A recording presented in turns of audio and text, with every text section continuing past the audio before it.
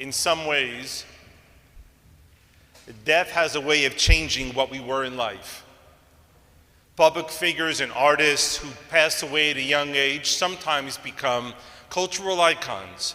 John F. Kennedy, James Dean, Elvis Presley, Marilyn Monroe, to name just a few, achieved a kind of success in death that maybe would have escaped them in life. Maybe Kennedy would have lost his re-election. Maybe with age, James Dean would have become regarded as a has-been actor. Maybe time would have robbed Marilyn Monroe of her power. We'll never know. The mystery of maybe is the power of their story. But in Jewish tradition, the power of what people are is not what might have been, but in what they were and what they achieved. The story is told of a man, Chaim of Volozhin, the town of Volozhin, that as a young man he was an indifferent student. And finally one day he decided to abandon his studies and go to a trade school. And his parents, who had dreams of scholarship for him, reluctantly agreed. But that night the young man had a dream, and in it he saw an angel holding a stack of beautiful books. And he asked the angel, "Whose books are those?" "They are yours," the answer came, "if you have the courage to write them." That dream changed the young man's life, and Chaim from Volozhin became Rabbi Chaim of Volozhin on his way to discovering who he was meant to become. But to this day he is better known as the Nefesh HaChaim, because great Jewish scholars often have their names replaced after the books that they have written. The 15th century Spanish scholar, Rabbi Joseph Caro, is known as HaMachaber, the author, because he authored the Code of Jewish Law, the Shulchan Aruch. The 18th century Polish rabbi, Meir Israel Kagan, came to be known as the Chafetz Chaim, after the famous book he wrote of that same name about the laws of gossiping. The list is long, and rightly so, because a written book leaves no mystery of what might have been. A great book only asks, what will be of us, those who have read it? The truth told, the number of books that alter people so profoundly that even the person who wrote it is subsumed by it are small in number. But when they are there, you can't forget it. Earlier this month, the Jewish world suffered a true loss. Rabbi Harold Kushner passed away at the age of 88. You may or you may not recognize his name, but the first book that he wrote changed not only his life, but the lives of millions of other people. Published in 1981, When Bad Things Happen to Good People became a surprise hit. And by surprise, I meant to everyone. To Rabbi Kushner, to the 2 publishing houses that passed on it, to the New York Times bestsellers list, where it stayed for months before eventually reading position number 1.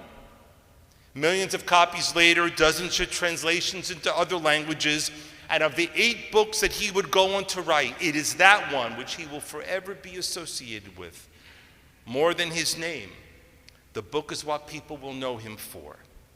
And years ago when I met him, which was the first of a number of crossings that we would have, first at conventions, and then a chance meeting in Israel, and then an email which led to a conversation, and then ultimately him coming about 14 years ago to Beth Shalom to speak, he confided in me the mistake that most people made about his book. It's a mistake that they often make first when recalling its name. Lots of people, myself included by the way, would call it Why Bad Things Happen to Good People. Why bad things happen to good people. But trying to explain why bad things happen is the event horizon of theological work. Searching for definitive truths about God is impossible work. On one hand, there is a maximalist school which says that all things occur as the will of God. It implies that nothing is accidental, and what we are given in this life, be it good or ill, is God's plans for us. So when people say no person ever gets what they can't handle, they're drawing from this idea. This was also the theory that I lived under for much of my formative years. And while it's profoundly comforting, as you experience life's rawness, you may find it leaves massive questions whose answers are often painful, hollow, and sometimes both. The minimalist extreme is absolutely nihilistic, denying any purpose or meaning to anything. It sees nothing of God in anything, and it leaves us feeling meaningless, abandoned, and fearful. But Harold Kushner was adamant that the book was not intended to explain why bad things happen. The fact is, we don't know why one person gets sick and another one doesn't. Rabbi Kushner argued in his book that God doesn't send illnesses to people. For him and for me, it is not possible to imagine God has some kind of weekly quota of illnesses that he has to distribute in the world. The book is titled, When Bad Things Happen to Good People. It asks how to stay good when life turns bad. The source of the book was the death of his son, Aaron. At age 3, Aaron was diagnosed with a rare disease, progeria, which causes the body to age rapidly. When Aaron was 10 years old, he was 60s physiologically. He weighed only 25 pounds and was as tall as a tree. As a 3-year-old, and then in 1977, 2 days after his 14th birthday, he passed away. In an interview 30 years after that passing, Rabbi Kushner said, like a lot of children who feel that they're going to die soon, he was afraid that he would be forgotten because he didn't live long enough. But he didn't realize that parents never forget. And I promised I would tell his story. The story to be told was not just of illness, but of struggle and of heartache and of courage. One of the stories that Rabbi Kushner told me was when he and his wife, Suzette, heard a job was available at a shul closer in the heart of Boston. Boston was where their son went for treatment, and they desperately wanted that position because it would have saved them untold hours back and forth from their community in suburban Massachusetts. Rabbi Kushner replied and waited for an answer, and finally it came. No. They had given the job to someone else, and they were shattered. Later that day, the phone rang. It was friends of theirs. Rabbi, the caller said, be ready in 2 hours. We're taking you out to dinner. Now, he pleaded to make it another day, but to no luck. They were in no mood to go out, but the other couple simply wouldn't take no for an answer. They got picked up a few hours later, sat down to eat. A first bottle of wine was ordered, then a second, and then a third. The next morning, hungover, Rabbi Kushner understood well what had happened. He had lost the job that he had wanted, but the evening reminded him that they were surrounded by loving and caring people. Sometimes, he said to me, God's answer is the people that he sends your way. In one recent day, I spoke with several people whose lives had been changed in an instant, which is often the way our lives change. One man called me to tell me that his doctor had given him the bad news that he was going to lose all of his teeth. He was a vital and charming man, and suddenly with the news he felt horribly old. His teeth were symbolic of being young, and he didn't have to think when he would eat, and a toothless mouth wasn't a question of dentistry to him. It was of destiny. Later that morning, I met with a grandparent whose grandchild was very sick. She came to me wanting me to speak to the child in a way that would be meaningful to them as a teenager. She felt that they were looking for answers, and she had none to give. And then at the end of my day, a man came in asking if he could see me for a moment. A friend of his had just passed away from suicide, and he didn't know what to do or how to feel.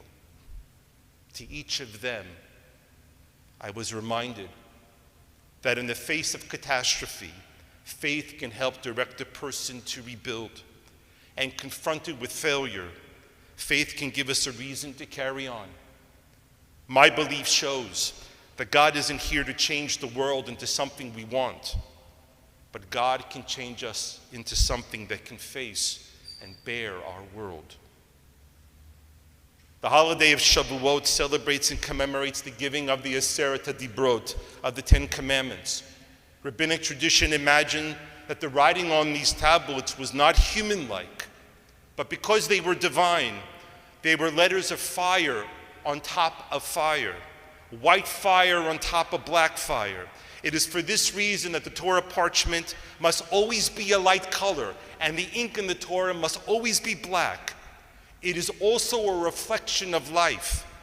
The world that we live in is a constant mixture of light and dark, of pain and joy, and of loss and frustration. The hard truth is that people who pray for miracles usually don't get them, any more than children who pray for bicycles or good grades get them.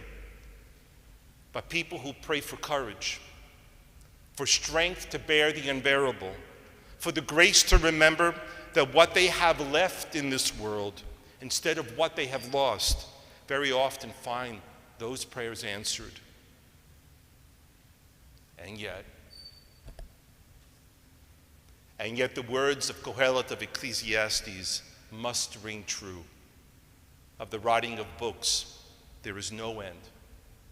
The truth is, there is no end to the reasoning and speaking and theorizing about pain and loss. In fact, it can get to the point where these hurtful things become so abstract and chimeric, like an experiment that stays in a lab and never sees the light of day. But that is not the world that we live in. Here, we must endure the tearing away of people we love, where the loss and setbacks we face aren't theoretical but very real. And despite all the talk of moral victories, about courage, about how life and difficulty can build character and strength, there abides another and more deeper truth that we must acknowledge. Rabbi Kushner once said that the loss of his son made him a better rabbi and a better person and a wiser, more compassionate man, and yet he would give it all back in an instant to have his son with him. And wouldn't we all? Shabbat Shalom, Chag Sameach.